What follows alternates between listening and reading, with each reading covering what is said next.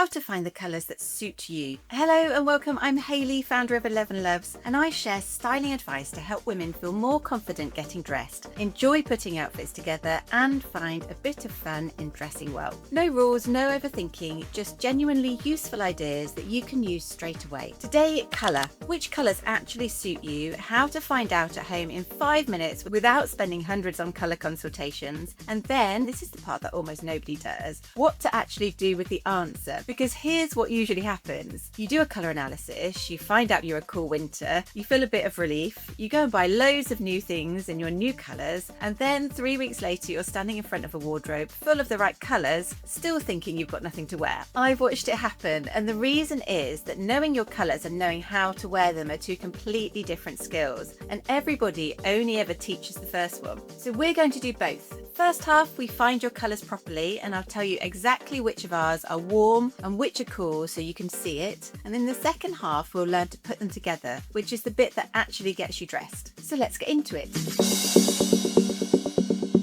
Start with the difference between your skin tone and your undertone because they're not the same thing, and this is where people get lost. Your skin tone changes. You catch the sun in August, you're pale as anything in February. Your undertone doesn't. That's the base tone underneath. And that's what we're finding. So here's the test. You need natural light, so stand by a window and take your makeup off because otherwise you're just testing your foundation. Hold 2 things up under your chin, one at a time. Something warm, so a cream, a camel, a gold, and then something cool, so a pure white, a grey or a silver. And watch your face, not the fabric. One of them will make your skin look clearer and more even and a bit brighter. The other will make you look grey and tired and like you slept badly, which you may well have, but not this badly. And that's it. That's the whole test. So if warm winds, you're warm. If cool winds, you're cool. And if you genuinely cannot see a difference, then you're neutral. And honestly, lucky you, because almost everything works. One thing, do not do this in a shop. Shop lighting is designed to sell you a jumper, not to tell you the truth about your undertone. And if that's already useful, do subscribe because I put a new styling video out every single week and they're all built like this. Practical things that you can go and do today. Right, now, how do you use this information to dress with confidence? Start with the neutrals, and here's why. Your neutrals are what you wear every single day. Get those right and you've fixed 80% of your wardrobe without touching a single bright colour.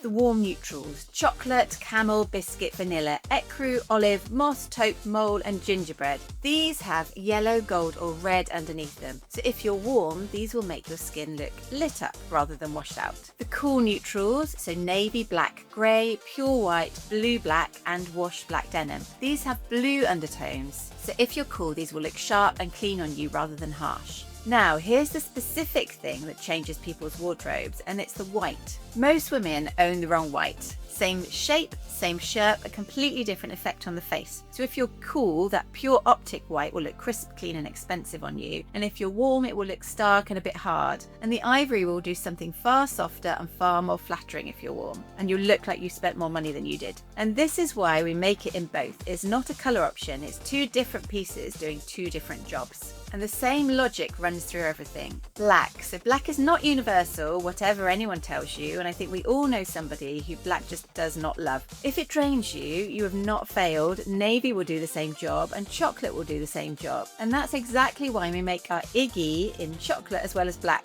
Your denim. So wash black and blue black are cool, and mid-wash blue is warmer. Neither's better, one will just sit more comfortably against your skin than the other. And now you know which. Although I would say it's more important to focus on the colours that you wear on your top half as they sit next to the face. So if you have a warm undertone, you can easily get away with wearing a cool tone trouser or a pair of jeans, as long as you pair them with the right shade of top. So you now know your undertone and you know your neutrals. Knowing your colours does not get you dressed. I've watched women find out they're a warm autumn, go and buy 14 new things in warm autumn colours and still stand there at 7:30 in the morning with absolutely nothing to wear. The problem is that they don't know what to put next to what. Colour doesn't work on its own, it only works in combination. A colour that looks beautiful on a hanger can look completely flat on a body, and the reason is almost always what's next to it. So that's the rest of this video. Not which colours together. Here is the only thing you need to understand, and then you can do this for the rest of your life without ever thinking about it again. Think of colour as a circle, not seasons, not a chart, a circle. Warm colours on one side, cool on the other, and everything in between running around the edge. And the whole trick is distance. Colours that sit close together on the circle are calm, they soothe, they look expensive and quiet and considered. Colours that sit far apart are loud, they contrast, they're bold, they're a statement.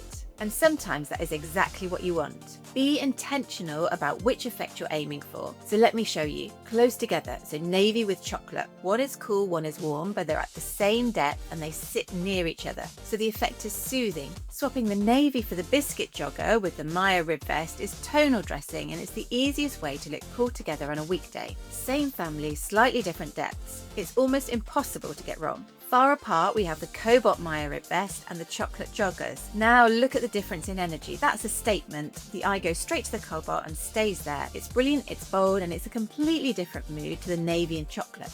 It sounds like it shouldn't work, but it absolutely does, because the warmth of the chocolate takes the edge off the cobalt and it stops it shouting quite so loudly. So you get the statement without the shock. And the piece of advice I'd give above all others, if you wear a lot of black, do not go straight to cobalt. Move outward slowly. So black to navy, navy to chocolate, chocolate to olive, and then when that feels normal, bring in one bright. Because the reason people try colour, hate it and go back to black forever is that they jump straight from an all black wardrobe to a bright and it feels like a costume. Of course it does, so tiptoe into colour by moving to earthy rich tones first. Try introducing those into your outfit before you start to experiment with brights. The last thing, how much colour to wear and where. So think of an outfit in 3 parts. The dominant, the biggest area, usually your trouser or your skirt. This should almost always be a neutral, and now you know which of your neutrals to reach for.